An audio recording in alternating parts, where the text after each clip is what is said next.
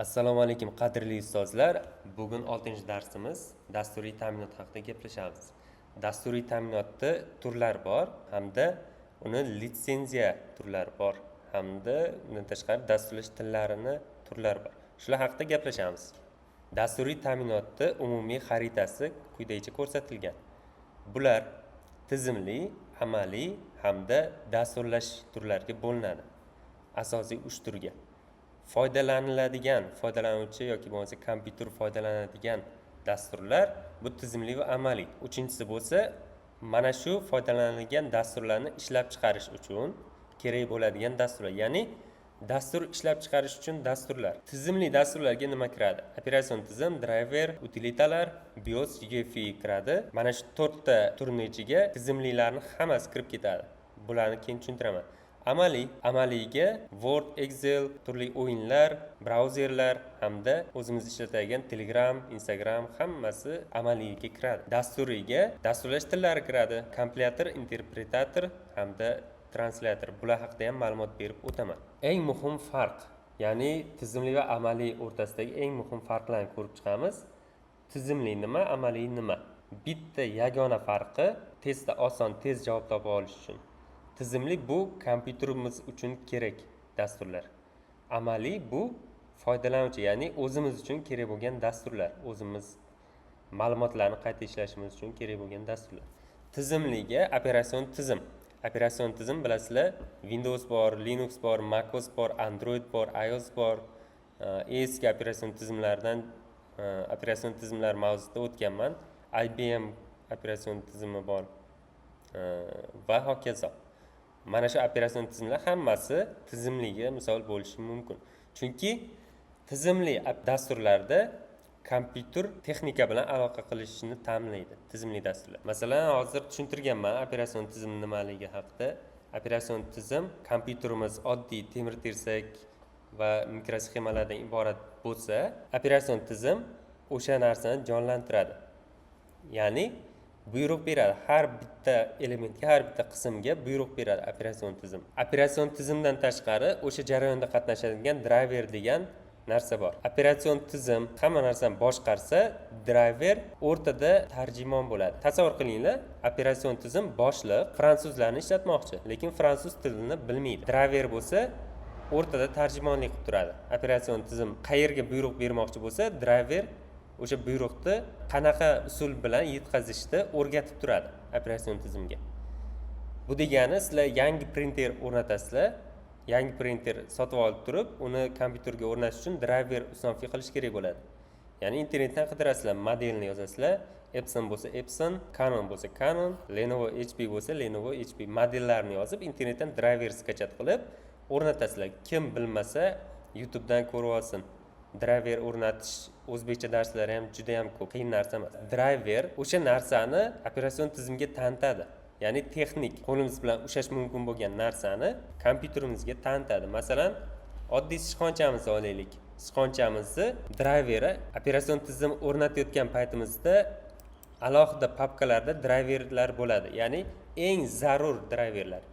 Ya'ni monitor driver bor, klaviatura driver bor, prosessorga ulanadigan driver bor, mikrofon, kamera va hokazo. Juda ham ko'p. Masalan, oddiy touchpadni ham driver bor. Notebookda ishlatadigan touchpadimiz, mishka o'rnida ishlatadigan. Hammasini o'z driveri bor. Agar o'sha driverlar bo'lmaganda, operatsion tizim o'rnatgan paytimizda hech narsa ishlamas. Hatto sichqoncha ham, klaviatura ham ishlamas. Biz yangi driverlarni o'rnata olmasdik ham. Qanaqadir mantiqsiz narsa bo'lib qolardi. Operatsion tizim bor, kompyuterni yoqdik, Windows yondi, lekin hech narsa qilib bo'lmaydi. Driverni tushundik. Mana shu qurilmalarni ishlatish uchun bu qurilmalar qanday ishlashini kompyuterga, ya'ni operatsion tizimga tanitadi. Qanaqa funksiyalari borligini, qanaqa 1 va 0 lar bilan kelgan kodlarni, ular qanday yuborishni, qanday qabul qilishini, xullas hammasini tarjima qilib beradi. Utilitalar bu kompyuterimiz uchun foydali bo'lgan yordamchi dasturlar. Asosiy dastur emas, yordamchi dasturlar. Masalan, antivirus, arxivatorlar, disk cleanerlar, ya'ni disk tozalovchilar, diskni boshqaruvchi qo'shimcha utilitalar. Mana shular hammasi utilitaga kiradi. QPZ degan programma ham bor. Kompyuterni o'sha texnik xarakteristikasini ko'rsatib beradi hamda almashtirish mumkin ba'zi xarakteristikalarni. Video kartasini ikkita video kartasi bo'lsa, ya'ni protsessorning o'zida ham, undan tashqari alohida video kartasi ham bo'lsa, ularni almashtirib ishlatish mumkin kupuzon orqali va shunga o'xshash juda ham ko'plab utilitalar mavjud. Hamda BIOS UEFI. BIOS UEFI bu kompyuterimizning ona platasiga o'rnatilgan dastur bo'ladi. Bu bazaviy o'zgarmas dastur, ya'ni ona plataga ishlab chiqaruvchi tomonidan boshidayoq o'rnatib qo'yiladi. Kompyuterimizda hech narsasi bo'lmasa, masalan, SSD'si ham yo'q, HDD'si ham yo'q, hech qanaqa xotirasi yo'q. Lekin boshqa qurilmalari bor. O'sha xotirasi yo'q bo'lgan paytda ham kompyuterimizni yoqib BIOSga kirishimiz mumkin. Bemalol. BIOSga kim kirmagan bo'lsa, YouTubedan qidirib ko'rish mumkin. Men sizlarga shunchaki rasmini ko'rsaman. Mana shunday ko'rinishdagi oyna BIOS hisoblanadi. Ko'pincha mana bunday oq ko'rinishda bo'ladi. Bu BIOS turiga bog'liq. Bu eskiroq varianti, yangi zamonaviy varianti bor. UEFI. Mana UEFI chap tomondagisi mana grafik interfeysga ega. BIOS bo'lsa faqatgina terminalga o'xshagan, faqat yozuvlardan iborat. UEFI bu yangi ona platalarda o'rnatiladi. Yili qancha yangi bo'lsa, UEFI o'rnatilgan bo'ladi. Eski ona platalarda BIOS o'rnatilgan bo'ladi. UEFI ning imkoniyatlari ancha ko'proq. Xo'p, oddiygina qoida. Tizimli bu kompyuter uchun ishlaydi, amaliy bu o'zimiz uchun ishlaydi. Amaliyga misollar Word, Excel, PowerPoint, brauzerlar, Firefox, o'yinlar, Photoshop, Telegram, WhatsApp. Ya'ni nima demoqchi bu yerda? Ma'lumotlar bor, bilamiz. Kompyuter xotirasida saqlanishi mumkin bo'lgan audio, video, tekstovoy, rasmli, grafikali, animatsiya, xullas kompyuterimiz xotirasida bo'lishi mumkin bo'lgan har qanday ma'lumotni tahrirlash, ko'rish, o'chirish yoki bo'lmasa qo'shish mumkin bo'lgan har qanaqa dastur bu bizda amaliy dastur bo'ladi. Faqatgina kodlardan tashqari dastur yaratadigan yoki bo'lmasa dasturlash bilan shug'ullanadigan kodlardan tashqari qolgan barcha ma'lumotlarni tahrirlovchi, ochuvchi, ko'ruvchi dasturlar bizda amaliy dasturlar. Ya'ni rasmni ko'rmoqchimiz, galleriya kerak. Montaj qilmoqchimiz, Photoshop yoki shunga o'xshagan oddiy Paint dasturi ham bizda amaliy dastur. Yoki bo'lmasa oddiy sonlar hisob-kitob bilan shug'ullanmoqchimiz, Excel yoki bo'lmasa oddiy kalkulyator ham amaliy dastur hisoblanadi. Keyingisi tizimli dasturli ta'minotlar o'z ichiga oladigan 4 ta narsani endi kengroq yoritib beraman. Operatsion tizimlar, buni aytdim. Linux, Windows, MacOS, Android, iOS va hokazo. Juda ham kichkina operatsion tizimlar ham buni ichiga kirib ketadi. Hattoki mikrosxemalardan tashqari qanaqadir interfeysga ega bo'lgan, qanaqadir vazifani bajara oladigan, ma'lumot bilan ishlay oladigan har qanday kichik qurilmani ham ichida operatsion tizim bo'ladi. Oddiygina qo'shiq tinglash uchun playerlar bo'lardi oldin, hozir ham bor. Faqatgina ko'pchilik ishlatmaydi. Xotirasi bor ichida, knopkalar bilan oldinga orqaga qaytarish mumkin va hokazo. O'sha qo'shiqni eshitish mumkin. Kichkina ekranchasi ham bo'ladi. O'shanaqa kichik qurilmalarda ham o'ziga yarasha operatsion tizim bo'ladi. Xo'p, driverni tushuntirdim. Qurilma va operatsion tizim o'rtasidagi tarjimon. Driversiz bironta ham qurilma ishlamaydi. Operatsion tizim ham hech narsani bilmaydi, driver bo'lmasa. Utilita bu kompyuterimizga kerak bo'ladigan arxivator. Masalan, arxivatorga nima misol bo'ladi? Ko'pchilik ishlatadigan WinRAR dasturi. Zip qilmoqchi bo'lsak, bazaviy holatda Windows'imizda o'zida bor. Windows 10, 11 da papkalarni tanlab zip qilib olishimiz mumkin. WinRAR bo'lmasa ham, ziplash dasturi bo'lmasa ham yoki bo'lmasa zip faylni ochib, pravatnik orqali ichidagi ma'lumotlarni boshqa papkaga olib o'tishimiz mumkin. Faqatgina cheklovi bor, pravatnik parol qo'yilgan ziplar bilan ishlay olmaydi. Zipga o'zi yaratgan zipga parol qo'ya olmaydi yoki bo'lmasa parol bor bo'lgan zip faylni yoki RAR 7z fayllarni ichidagi ma'lumotlarni ocha olmaydi. Shuning uchun bizga WinRAR yoki bo'lmasa shunga o'xshagan utilita dasturlari kerak bo'ladi.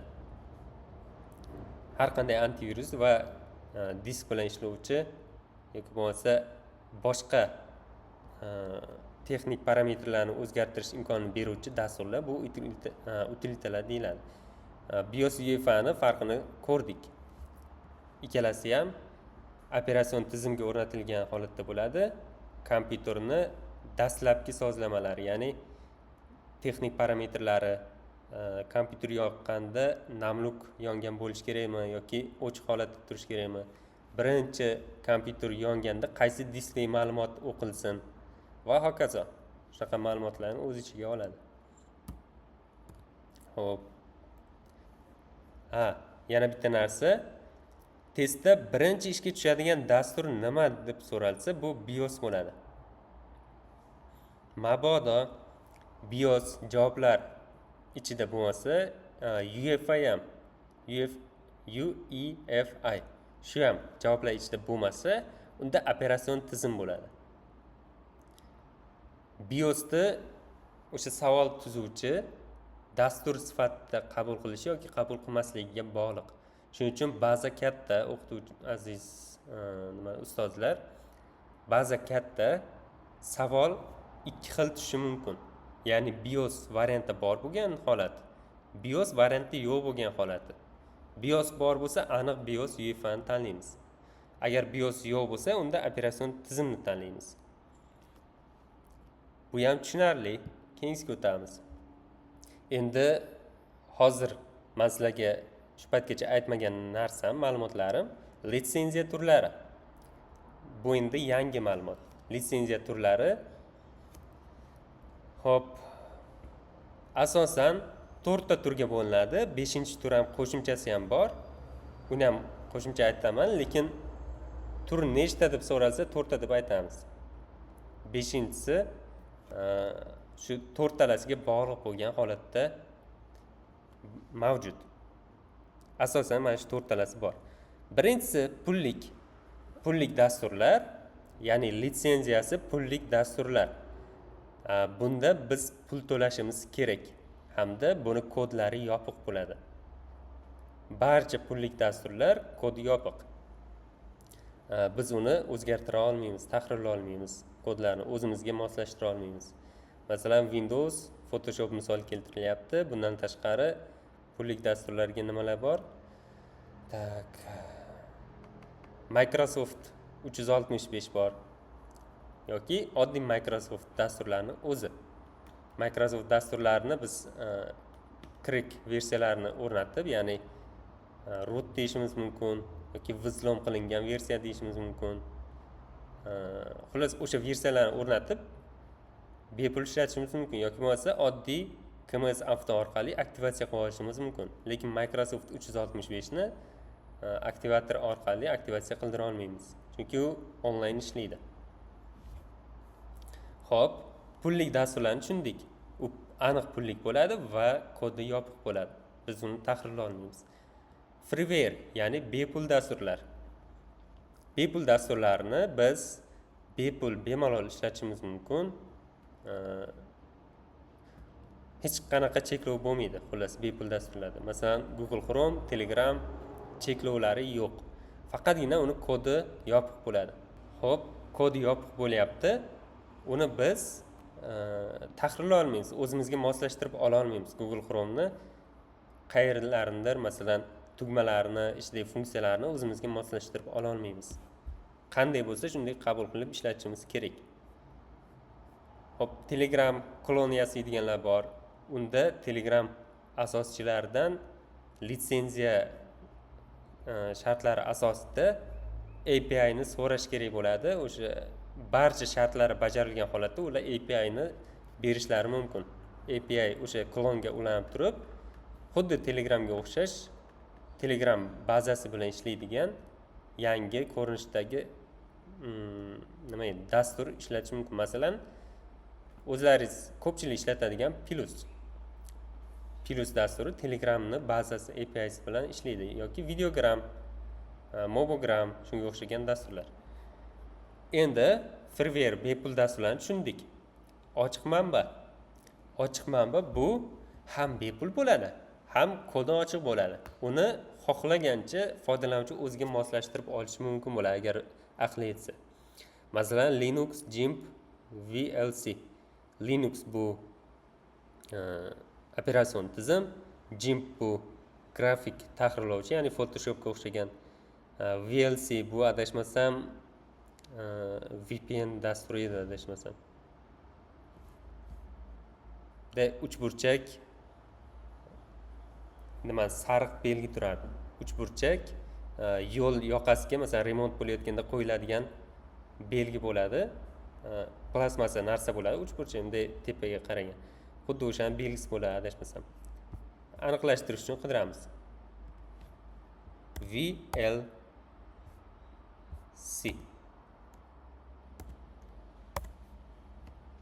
Xuddi o'sha. Yo'q, bu media player ekan. Media player VLC. Media player bu dasturni ham foydalanuvchi aqli yetsa o'ziga moslashtirib olishi mumkin. Ya'ni kodi ochiq, kodini ochib turib, tahrirlab, qaytadan boshqacha qilib dastur yaratib olishi mumkin o'zi uchun. Xo'p, shareware 4-turi. Shareware dasturlari. Xo'p, bu kodi yopiq bo'ladi. Bepulga o'xshab ketadi. Faqatgina qanchadir ishlab turgach, reklamalar chiqish boshlaydi, xalaqit beradigan narsalar chiqish boshlaydi.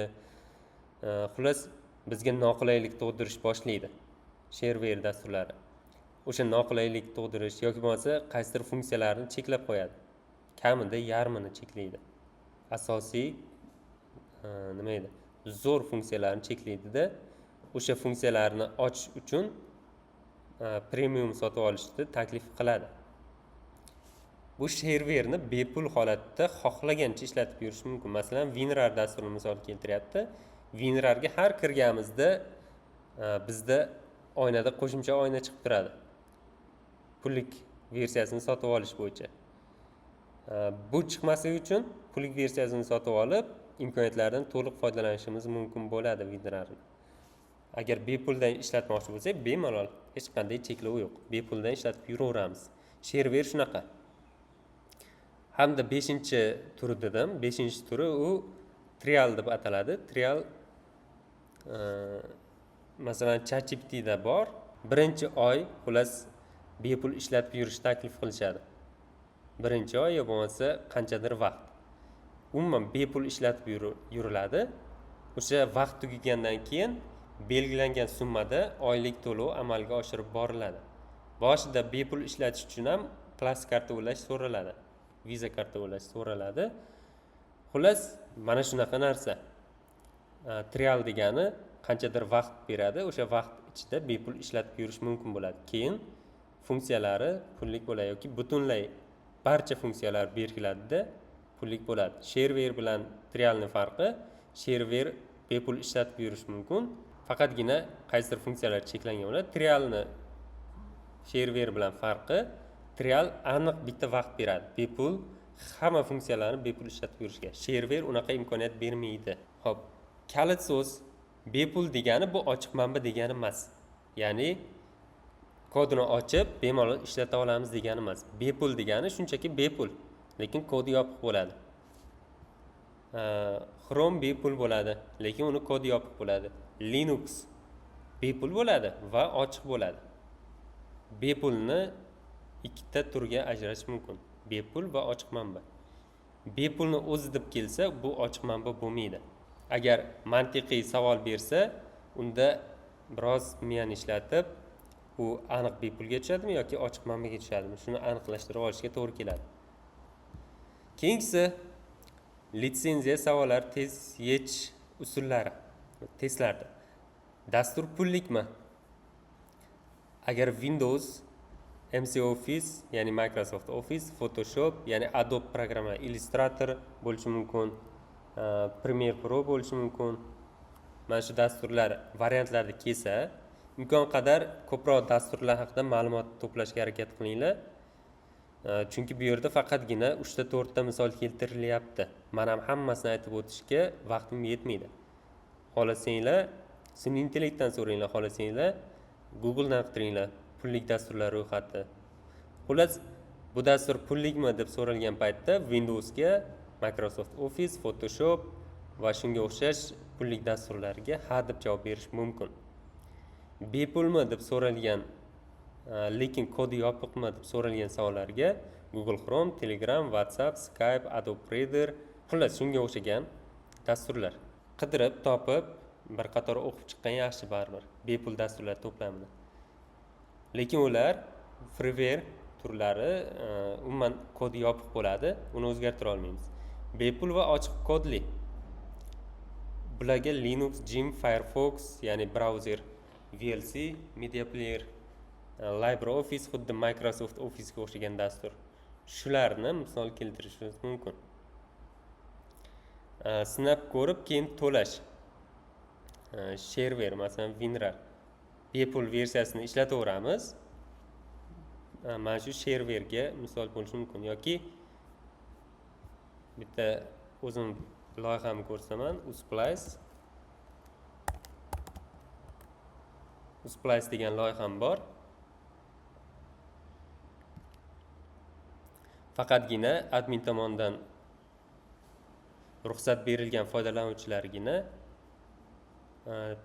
uni test bo'limidan test yaratishi, o'quvchilarga test ishlatishi mumkin. Yoki bo'lmasa admin bo'lmay turib ham, o'sha ruxsatnomasi yo'q bo'lib turib ham mendan qaysidir testlarni kodini so'rab olish mumkin. Usplice bu o'zi faqat test uchun emas, o'yin orqali o'rganish platformasi. Masalan, tez va to'g'ri yozish, tez yozish pro, masalan, tez va to'g'ri yozishga kiramiz. Mana bunday o'yin bor. Chiqqan so'zni yozib ketaveramiz. Ha, siz, ism, yuz, imzo. Oson darajadan boshlab qiyinga o'tib ketaveradi. Zona, bosh, xom, suv. Qo'shimcha funksiyalari ham bor. Ularni kiritib chiqib, xullas ishlatish mumkin. Bular bepul. Matematik o'yini bor. To'g'ri yoki noto'g'riligini nima qilamiz? Xo'p, start bosamiz. 65 plus 8 58 mi? Yo'q. Bir ochko oldik. 38 ga 98 136 mi? Ha. Bundan buni ayirsak yo'q. Shunday qilib 1 minut ichida nechta masala yechish mumkin? 1 minutdan keyin natijalar chiqadi. IQ test bor bepul, foydali o'yinlar bepul, qolgan hammasi bepul. Bittagina interaktiv testlar bo'limi bor. Platformaning eng asosiy bo'limi mana shu holatda ko'rinadi. Faqat testni boshlash deganda mana bu yerda nazoratchi parolni kiritish kerak bo'ladi. Nazoratchi parolni to'g'ri kiritib bersa, shundagina testni boshlashi mumkin. Test haqida ma'lumot chiqadi. Test boshlash tugmasi turadi, vaqtlari hamma yoq ko'rsatiladi. Boshlash bossa, vaqt orqaga sanalib ketiladi. Xullas, buning ichida attestatsiya testlari ham bor, blok testlari ham bor. Juda ham ko'p imkoniyati bor. Mana shu shareware, ya'ni bepul ishlatib yurish mumkin, bemalol, faqatgina ba'zi funksiyalari pullik. Endi dasturlash tillari. Dasturiy ta'minotning 3-turiga keldik. Dasturlash tillari 3 ta darajaga bo'linadi. Yuqori, o'rta, past. Ya'ni eng pastda, eng quyi til bu mashina tili hisoblanadi. Mashina tilida bironta ham belgi ishlatilmaydi yoki ortiqcha sonlar ishlatilmaydi. Faqat 0 va 1 ikkilik sanoq sistemasi ishlatiladi. 0 va 1lar bilan kod yozish juda ham murakkab, bilasizlar. Tushunish ham qiyin. Qaysi son aslida nechini bildiradi, qaysi son qaysi harfni bildiradi. Bu narsalarni yodlab olish deyarli imkonsiz. Mashina tili bu kompyuterni to'liq tushunadigan til hisoblanadi. Kompyuter to'liq tushunadi buni. Hop, assembler tillari bor. Assembler tillarida qisqartma so'zlardan foydalaniladi. Mov, add, gmp yo bo'lmasa del shunga o'xshash qisqartma so'zlardan foydalanadi.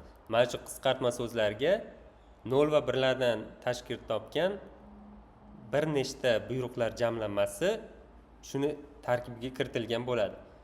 Bu ham tez ishlaydi. Mashina tili eng tez ishlaydigani, lekin uni tuzib chiqish juda ham qiyin. Assembler bu o'rtacha darajada, bu odam tushunadigan so'zlarni qisqartma qilib 3 ta 4 ta harflarga jamlab qo'yishgan. Xullas, mana shunday so'zlar orqali dastur yaratishgan, assembler tili orqali. Bu kompyuter tiliga yaqin bo'lgan, ya'ni mashina tiliga yaqin hamda murakkab bo'lgan bu dasturlash tillari. Bularda kod yozilgach, kompyuter uni tez tushunib, bunga ham tez reaksiya bildirib, tez ishlagan.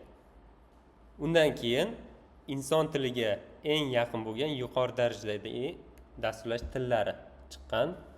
Masalan, Python, Java, C++, JavaScript, C# larni misol keltirishyapti. Assembler tili ustiga qurilgan bu. Mashina tili ustiga assembler tillari qurilgan bo'lsa, assembler tili ustiga, ya'ni baza bor, kodlar jamlanmasi bor.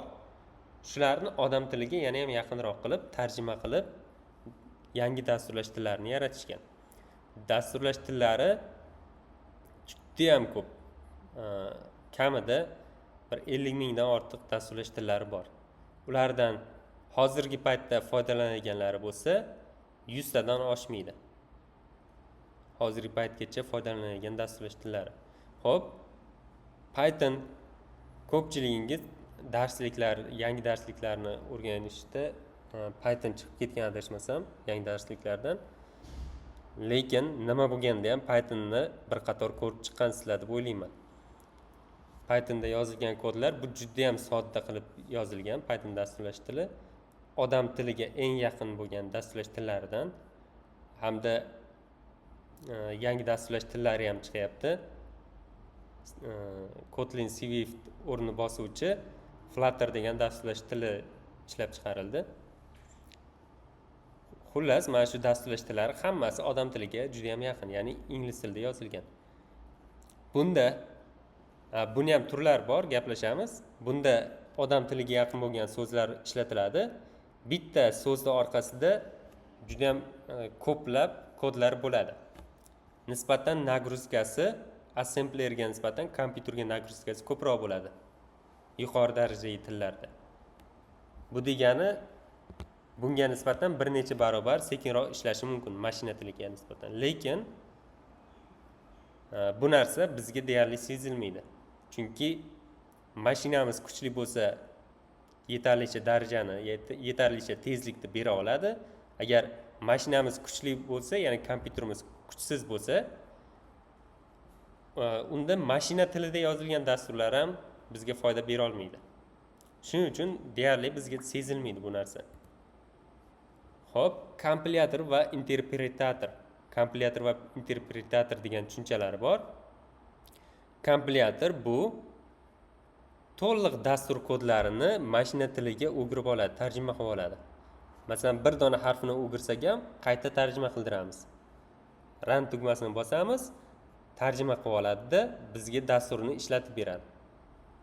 Dastur ishga tushib bo'lgach, u tez ishlaydi. Ishlash tezligi yuqori bo'ladi. Interpretator bo'lsa, bu har bitta kod qatorini alohida mashina tiliga tarjima qilib ketaveradi. Qaysi qatorda xato bor, uni bemalol ko'rib olishimiz mumkin bo'ladi. O'zining konsollari bo'ladi, o'sha konsollarda ko'rib turamiz. Xo'p, bu bilan kompilyator bilan interpretatorning farqi, kompilyator har safar qaytadan mashina tiliga tarjima qilinishi kerak. Interpretator bo'lsa, qaysi qatorni o'zgartirsak, faqatgina o'sha qatorni o'zini o'zgargan holatini mashina tiliga tarjima qiladi. Qolgan qatorlarga tegmaydi. Bunda ishga tushirish paytida bizda nagruzka kamroq bo'ladi. Ya'ni zamonaviyroq dasturlash tillari interpretator orqali ishlatiladi. Xo'p, oson usul, tez ishlashda bizga oson bo'ladigan usul, kompilyator bu butun kodni tarjima qilib beradi, interpretator har jumlani o'qib tarjima qiladi. Testda bittasini berib, masalan, kompilyatorga mos bo'lgan tarif toping deb turib, mana bu tariflarni ikkalasi ham yozish mumkin. Shunda sizlar butun kodni tarjima qiladi degan variant tanlash kerak bo'ladi. Eslaringizda qolsin. Interpretator har bitta qator, har bitta jumlani alohida tarjima qiladi. Xo'p, umumiy holatda endi testlarda tez javob berish uchun shpargarkalar. Biz uchun nazariy savollarga juda ham tez javob berish bu eng muhim narsa. Chunki vaqt taqsimotida agar ikkilanib qoladigan bo'lsak, nazariy savollarda ko'pgina vaqt yo'qotib qo'yamiz. Shuning uchun Yodlab olinglar. Birinchi ishga tushadigan dastur bu BIOS. 100% BIOS. Agar BIOS yo'q bo'lsa, keyin operatsion tizim. Xo'p, Linux litsenziyasi. Linux bu ochiq manba, ochiq kodli operatsion tizim. Eslaringizdan chiqmasin. Linux ochiq kodli operatsion tizim. Ya'ni ochiq manba. Xo'p, driver nima? Driver bu qurilma va operatsion tizim o'rtasidagi tarjimon. Ya'ni har bitta qurilmani qanaqa ishlashini operatsion tizimga tushuntirib beradi. Google Chrome litsenziyasi bu freeware'ga misol bo'ladi, ya'ni bepul, lekin ochiq manba emas. Eng quyi til bu mashina tili hisoblanadi. Eng quyi til mashina tili. Testda tushish ehtimoli bor. Python qanday ishlaydi? Python dasturi interpretator orqali ishlaydi, ya'ni qaysi qatorni o'zgartirsak, o'sha qatorni o'zini nima qiladi? Mashina tiliga o'giradi. Har bitta qator, har bitta jumlani alohida mashina tiliga o'girish imkoniyati bor. C++ qanday ishlaydi? Bu kompilyatr orqali ishlaydi. Ya'ni butun kodni bitta tarjima qilib yuboradi. Undan keyin tarjima qilib bo'lgandan keyin dastur ishga tushadi. MC Office bu dasturiy paket.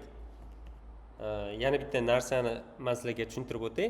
Dasturiy paket degan narsa bor. To'plam degan narsa bor. Paket bilan to'plam, dasturiy paket, dasturiy to'plam. Ikkalasini farqi bor. Testda tushib qolsa, dasturiy paket bu o'z ichiga bir nechta dasturlarni oladi. Masalan, tasavvur qilinglar, bitta dasturiy paket bor daslarda, ichida Telegram, Instagram, YouTube, Facebook va boshqa ijtimoiy tarmoqlarning dasturlari bor. Uni dasturiy paketni ustanovka qilgan paytda birdaniga hammasi ustanovka bo'ladi. Hammasi alohida ko'rinadi. Alohida dastur bo'lib. Lekin paket sifatida bitta qobiqda ustanovka bo'ladi. Endi dasturiy ta'minot to'plam nima? Dasturiy to'plam bu bitta dasturni o'zi ko'pgina dasturlarni, funksiyalarini yoki bo'lmasa o'sha dasturlarni o'zini o'z ichiga olgan holati.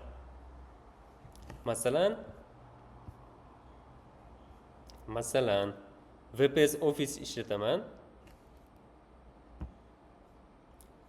Hozir prezentatsiya ochib turgan paytimda VPS Office ko'rinmaydi. Xullas, VPS Office ko'pchilik bilsa kerak.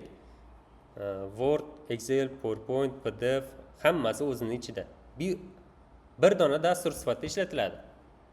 Alohida Word, Excel, PowerPoint uchun alohida ochilmaydi.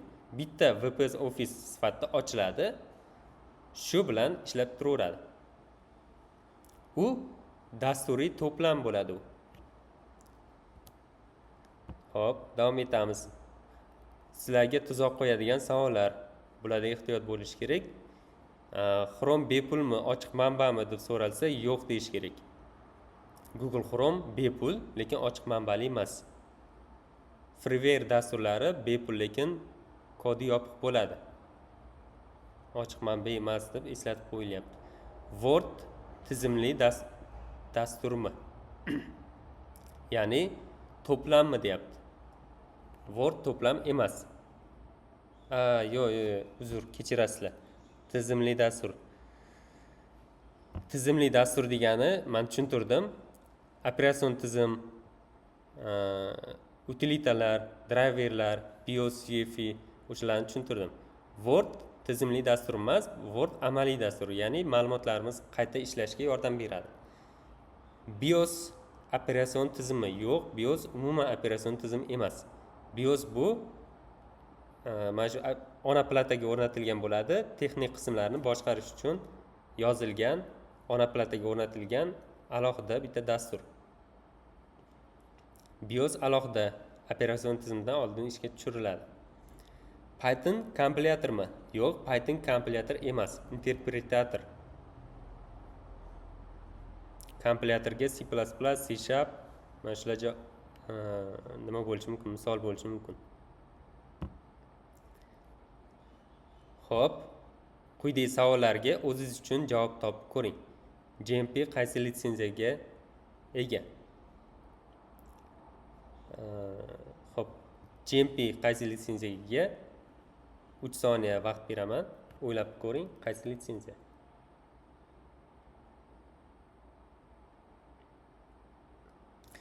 GMP bu ochiq manba. Ochiq manbalar qatorida sanab o'tildi, ya'ni grafik tahrirlovchi Photoshopga o'xshagan dastur. Uni o'zimizga moslab olishimiz mumkin. Ochiq manbali litsenziyaga ega. Ikkinchisi, antivirus qaysi dastur turiga kiradi?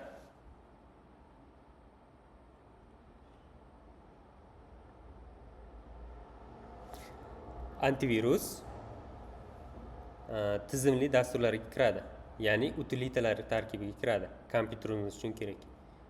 UEFI nima? 3 soniya vaqt.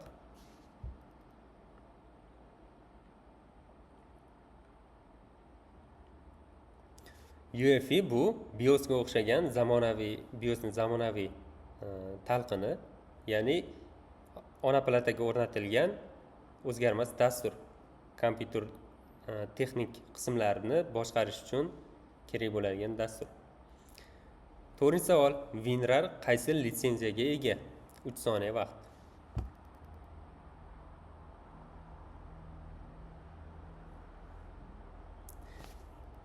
WinRAR bu shareware misol bo'ladi, ya'ni bepul ishlatib yurish mumkin, xohlagancha faqatgina funksiyalari berkilgan bo'ladi. Qaysidir funksiyalari yoki bizga xalaqit beradigan narsalar bo'ladi. 5-si, Java qaysi darajali til? Xullas 3 soniya vaqt.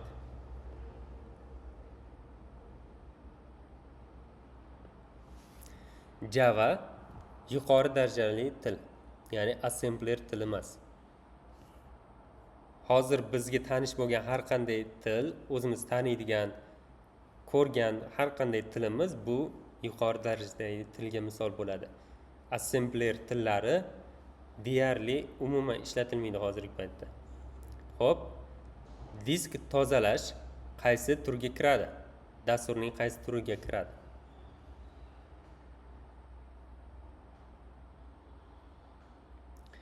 Disk tozalash dasturning tizimli dasturlar turiga kiradi, ya'ni utilitalar tarkibiga kiradi. Javoblar: birinchi savol GMP ochiq manba, ikkinchi savol antivirus utilita. Xo'p. Uchinchi savol UEFI nima? BIOSning zamonaviy varianti. To'rtinchi savol WinRAR qaysi litsenziyaga ega? Shareware. Java qaysi darajaga tegishli? 5-savol yuqori darajaga. 6-savol disk tozalash qaysi tur? Utilita. Endi eslab qolish uchun qo'shimcha tavsiyalar. Tizimli bu operatsion tizim misol bo'ladi, driver misol bo'ladi, utilita BIOS misol bo'ladi tizimliga. Amaliyga Word, Excel, PowerPoint, browser, o'yinlar, Telegram, WhatsApp va hokazo. Ochiq manba degani ham bepul, ham kodi ochiq bo'ladi. Freeware, ya'ni bepul. Buni kodi yopiq bo'ladi. Freeware dasturlarni. Yozilishini eslab qolinglar. Xuddi shunga o'xshagan boshqa atama ham bor. O'shaning uchun buni eslab qolinglar. Freeware, ya'ni bepul, ware degani hozir esimga kelmayapti. Xullas, bepul va kodi yopiq. BIOS birinchi ishga tushadigan dastur. Testda tushib qolsa, tezda BIOSni belgilab, keyingi savolga o'tib ketaverasizlar. Sizlarga mana shpargarka. Mashina tili eng past til bo'ladi. Python yuqori darajadagi dasturlash tili hisoblanadi. Xo'p, slaydimiz ham tugadi. E'tiboringiz uchun rahmat. Xo'p, shu joyga platformani ham ko'rsatib ketay. Platformada nisbatan kengroq ma'lumotlar berib o'tilgan. O'qib tayyorlanish uchun, masalan, bu yerda yangi kompyuter sotib oldingiz, quti ichida protsessor, xotira, disk, ekran hammasi bor, lekin tokka ulasangiz ekranda hech narsa yo'q. Nima uchun? Chunki kompyuterning tanasi apparat, ta'minot, hardware, ya'ni qattiq qismi. Hamma narsasi bor, lekin joni, ya'ni dasturiy software qismi yo'q. Bu yerda ham atamani aytib o'tyapti, ham misol keltirib joniga, ya'ni kompyuterimiz jonini software, ya'ni dasturiy ta'minotiga misol keltiryapti. Hamma narsani bog'lab ketgan mana shu nimada, mavzular ichida. Dasturiy ta'minot kompyuterga nima qilishni aytadigan buyruqlar to'plami. Hamma narsa batafsil tushuntirilgan. Taqdimot bilan farq qiladi bu yerdagi ma'lumotlar. Nisbatan kengroq yoritilgan holatda hamda bu yerda hozirgi nimamizni, zapsimizni mana shu yerga joylab qo'yaman 6-dars oxirgi videosiga. Ham taqdimotni umuman olganda ham mavzu ichidagi ma'lumotlarni o'qib, ham taqdimot bo'yicha video zapsni ko'rib turib, 2 karra ko'proq ma'lumotga ega bo'lish mumkin. Bu yerda test savollar bor. Masalan, quyidagilardan qaysi biri tizimli dasturiy ta'minotga kiradi? Operatsion tizim Microsoft Word, Google Chrome, Photoshop. Tizimli dastur deyapti. Demak, bizda kompyuter uchun xizmat qiladigan dastur kerak. Operatsion tizim kompyuter uchun, Microsoft Word biz uchun, Google Chrome biz uchun, Photoshop biz uchun. Demak, javob operatsion tizim. Quyidagilardan qaysi biri amaliy dasturiy ta'minotga kiradi? Driver bu kompyuter uchun amaliy deyapti. Demak, biz uchun xizmat qiladigani kerak. Driver kompyuter uchun, BIOS kompyuter uchun, operatsion tizim kompyuter uchun, Microsoft Word biz uchun. Shu to'g'ri javob. Kompyuter yoqilganda birinchi ishga tushadigan dastur qaysi? Bu yerda BIOS ham berilyapti, operatsion tizim ham berilyapti. Demak, BIOS tanlaymiz. Shpargarka orqali BIOS tanlab ketaveramiz. Driver nima vazifani bajaradi? Qurilma va operatsion tizim o'rtasidagi tarjimon. Bu aniq. Qolgan javoblarni o'qimay qo'yamiz. Agar ikkilanadigan holat bo'lsa, o'qib chiqish kerak. Internetga ulanadi? Yo'q. Fayllarni arxivlaydi? Yo'q. Hujjat yaratadi? Yo'q. Driver aniq A javob. Linux operatsion tizimi qaysi litsenziya turiga kiradi? Endi bu yoqni ishlab bermayman, chunki pullik obnaga ega bo'lganlar uchun bu spoiler bo'lib qoladi, ya'ni oldindan ma'lumot berish bo'lib qoladi. Ular o'zlari ishlab ko'rishi kerak. Platforma 5 oy muddatga, ya'ni attestatsiya tugab bo'lgungacha 100 mingga aktivatsiya qilib beriladi. Qachon aktivatsiya qilinsa ham attestatsiya tugaydigan vaqtgacha atiga 100 ming. Bundan ko'p emas, kam ham emas. Bo'lmasa darsimizni tugatamiz. Hammaga e'tiborlaringiz uchun rahmat. Keyingi darslarimizgacha ko'rishguncha.